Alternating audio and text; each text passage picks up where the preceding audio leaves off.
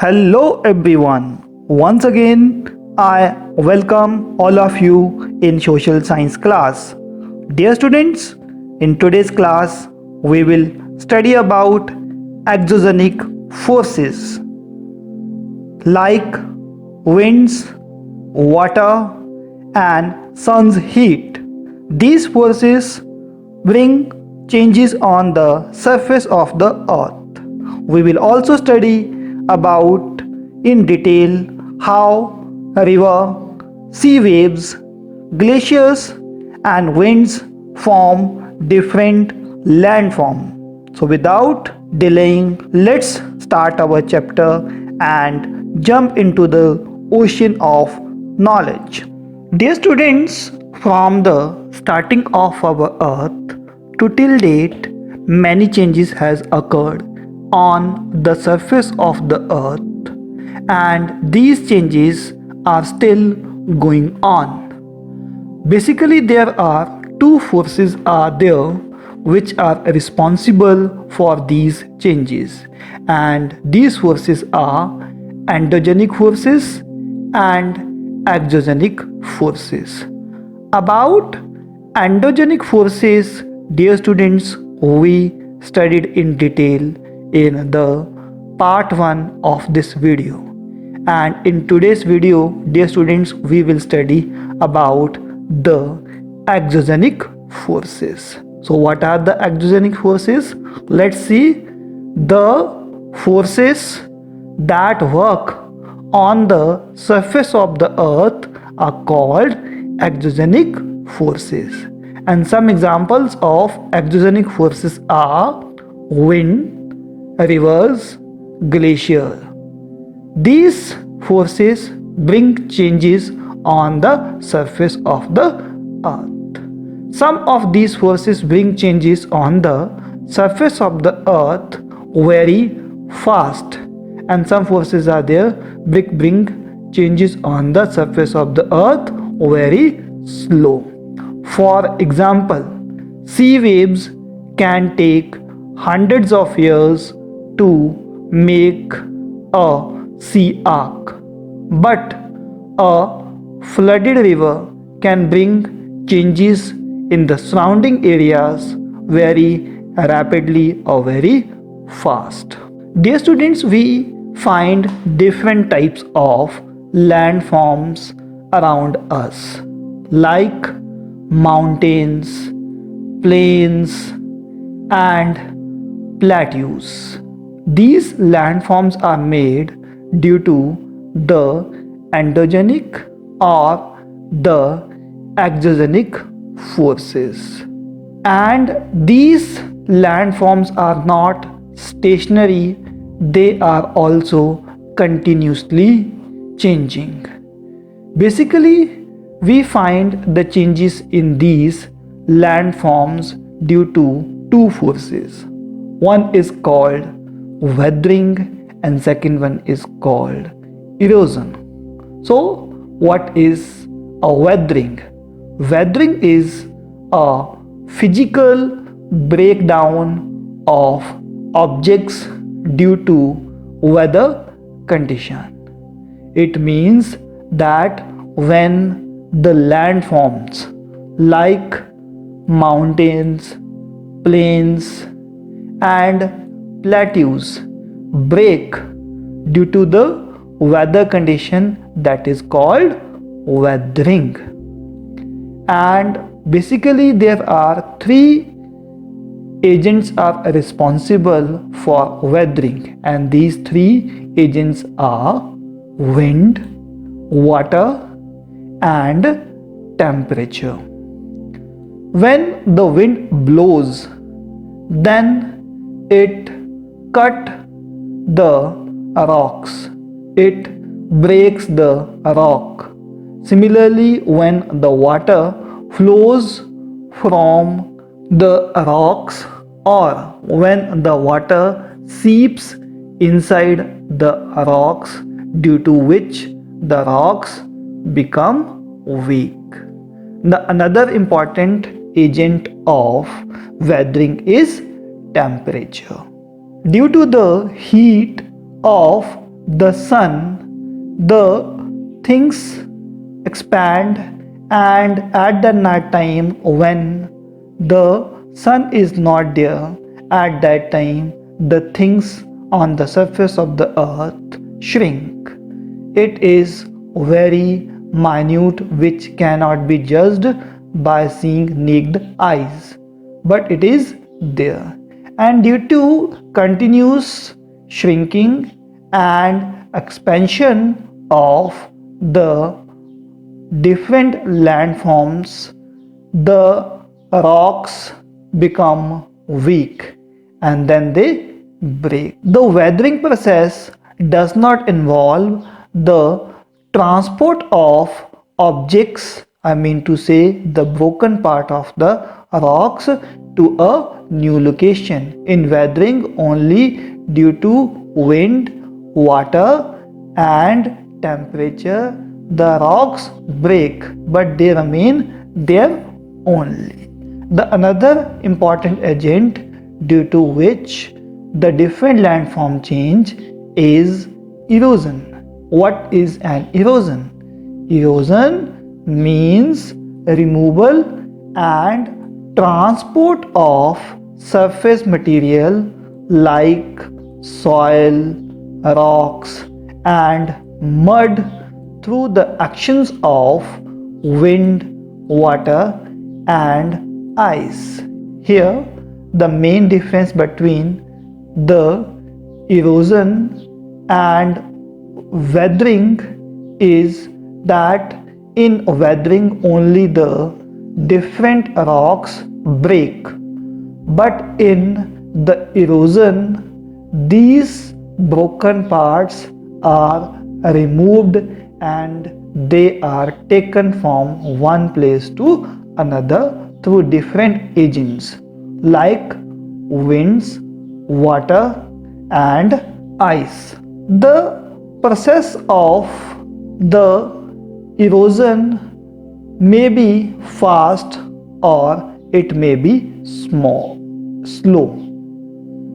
such as migration of sand dunes. Sand dune means रेत के टीले. They very quickly change from one place to another.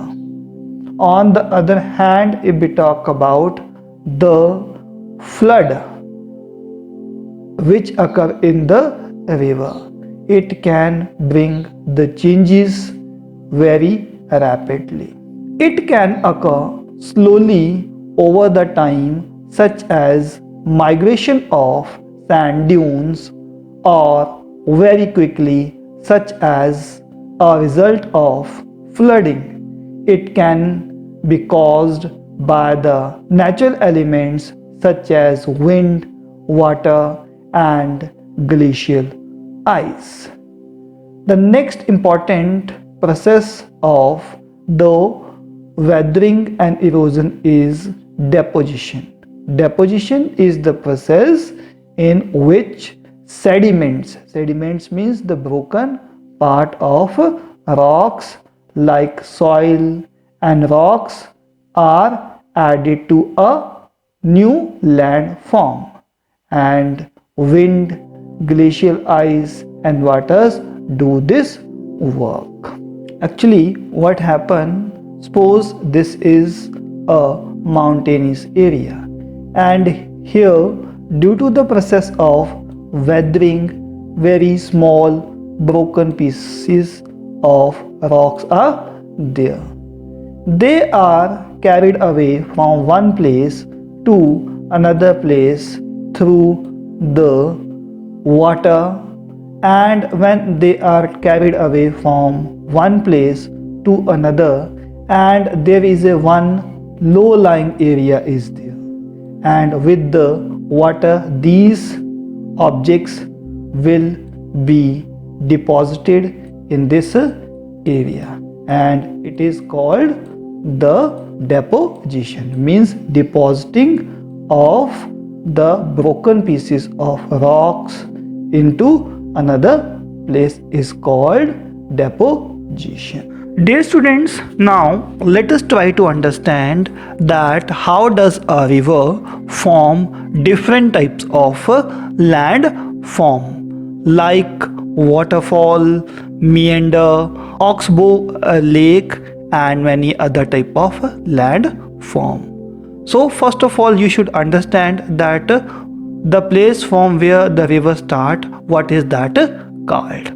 The place from where a river start is called the source of a river, and most of the rivers start from mountain. There may be other source of a river like lakes, glacier, but most of the rivers start from the mountains, and that part from where a river start is called the source of a river. At that time speed of water is fast in the river because the slope of the mountain, because most of the mountains are in conical in shape, due to which in the starting the speed of the water is more, and at that time it can form a landform to which we call waterfall. How a waterfall is formed?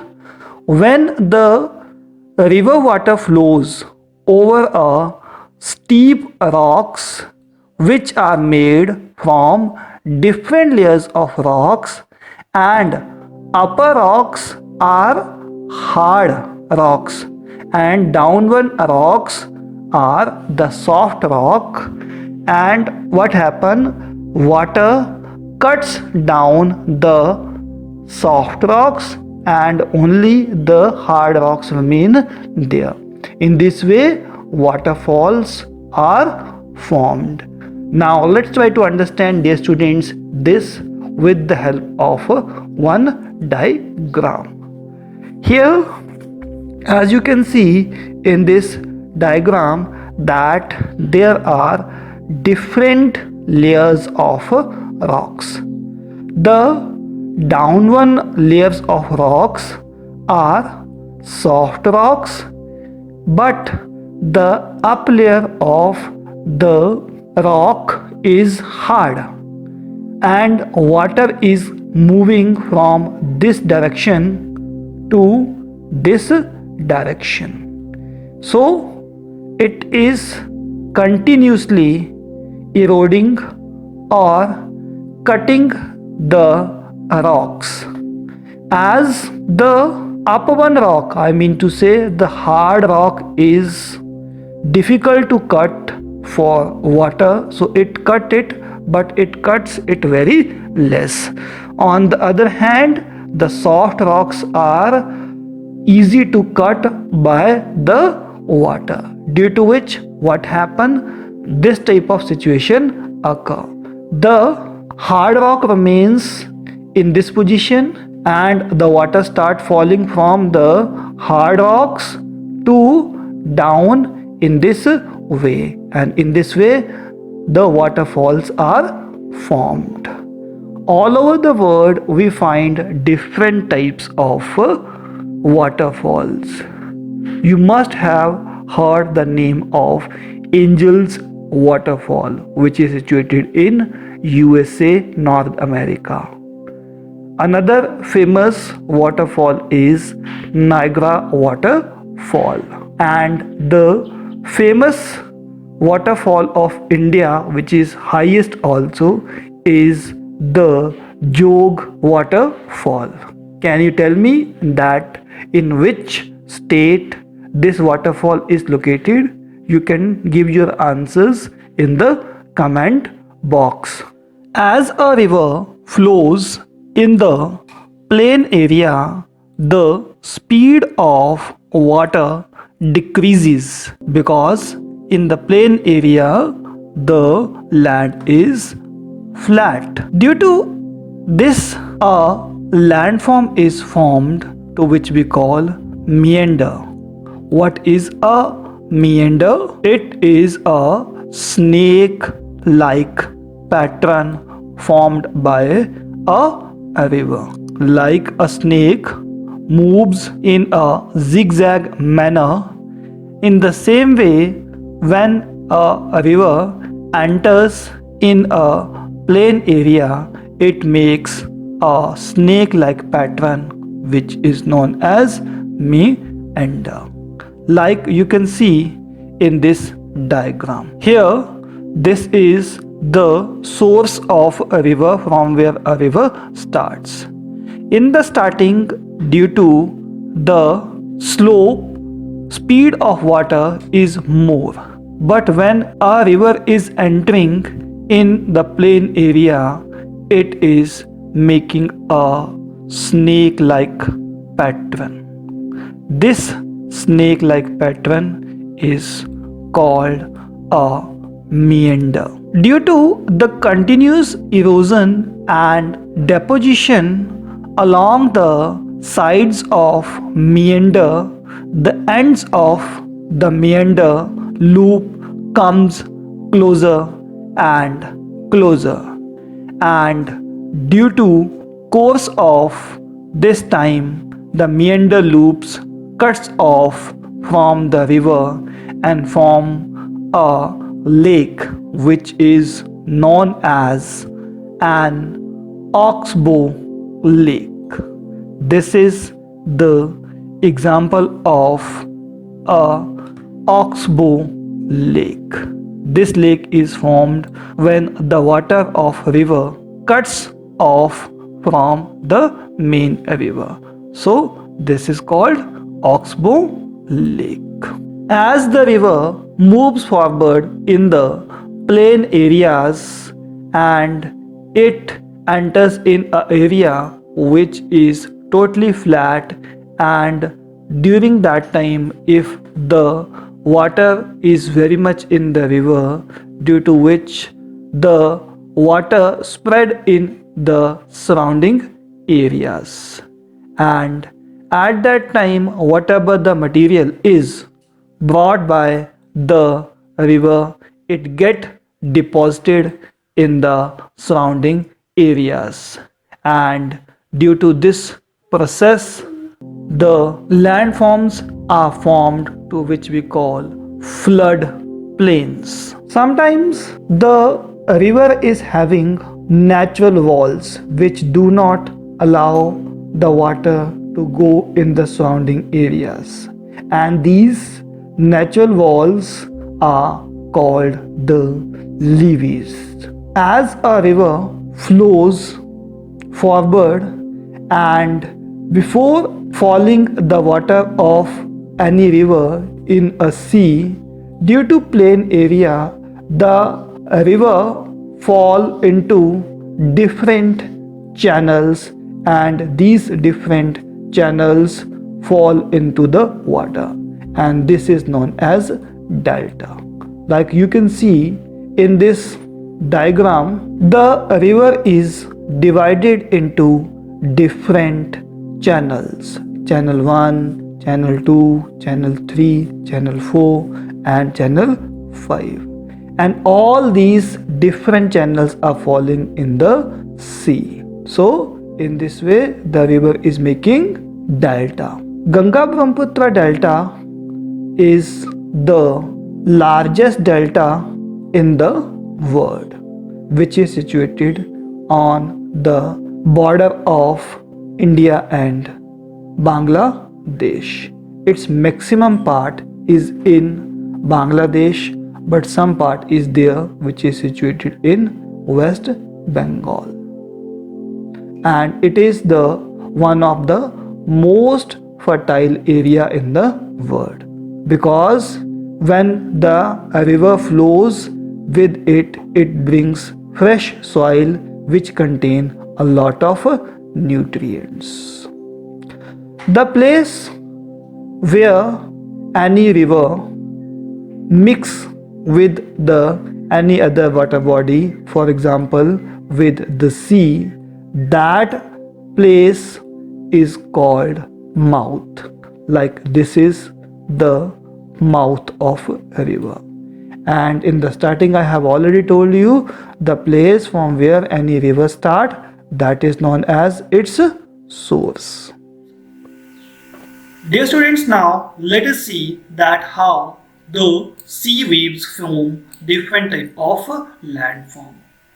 Due to erosion and deposition, sea waves form different type of landforms like sea caves, sea arcs, and stacks. How these landforms are formed, let's try to understand one by one. First, let's read about sea caves. Cracks develop due to continuous striking means hitting, of waves at the rocks. Due to continuous this process, cracks become wider and deeper. Thus, hollow-like caves are formed on the rock, and these caves are called sea waves. When these sea waves are formed, the next landform from the sea cave is formed is the sea arcs. As these sea caves become bigger and bigger due to continuous striking of the waves of water, only the roof of the caves remain, and due to which the landforms are formed which are known as arc. The next landform which is formed by the sea wave is stacks. What are the stacks? Further erosion break the roof and only the walls are left, and these walls standing in the water are known as stacks.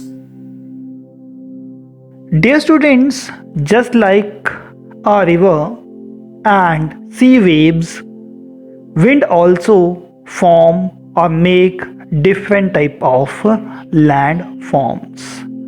It makes the landforms like mushroom rocks, sand dunes, and losses. How these landforms are formed, let's study about these in detail one by one. First we have mushroom rocks. Mushroom rocks are formed as a result of erosion by wind. Winds erode means cut the lower section of the rock more than the upper part. Therefore, these rocks have narrow base and wider top. The next landform formed by the wind is sand dunes. How they are formed? Let's read about these. When winds blows, it carries with it sand from one place to another. But when any obstacle come on the way of the wind, like any plant or rock, due to this sand start accumulating. Accumulating means start collecting there, and due to this mountain of sand is formed, and this mountain of sand is called sand dunes. Next we have losses. When the grains of sands are very much fine, means the sand is very much fine or very much light in weight, the wind can carry these small pieces of sand to a very long distances. And when such sand is deposited in a large area, which is called the losses. This is all about, dear students, in the today's video. Now let's recapitulate whatever we have studied. We studied that the forces work on the surface of the earth are called exogenic forces. Next, we studied that winds, rivers, glaciers are some example of exogenic forces. After this, we studied that weathering is the physical breakdown of objects due to weather condition. Next, we studied that erosion is the removal and transport of surface material like soil, rocks, mud, etc. through the action of wind, water, and ice. After this, we studied that deposition is the process in which sediments like soil and rocks are added to the landform. Wind, glacier ice, and water do this work. Then we studied that the place from where a river starts is called source of a river. Next, we studied that when a river enters in the sea due to plain area, it breaks into different channels, and these channels are called delta. Next, we studied due to continuous striking of sea waves, sea caves, arc, and stacks are formed. And in the last, we studied due to the movement of the wind, sand dunes, and many other landforms are formed. So, this is all about in today's chapter. I hope you people would have enjoyed as well as learned something new in today's class. So, keep learning and keep growing with the channel. Best of luck from my side. Thank you very much.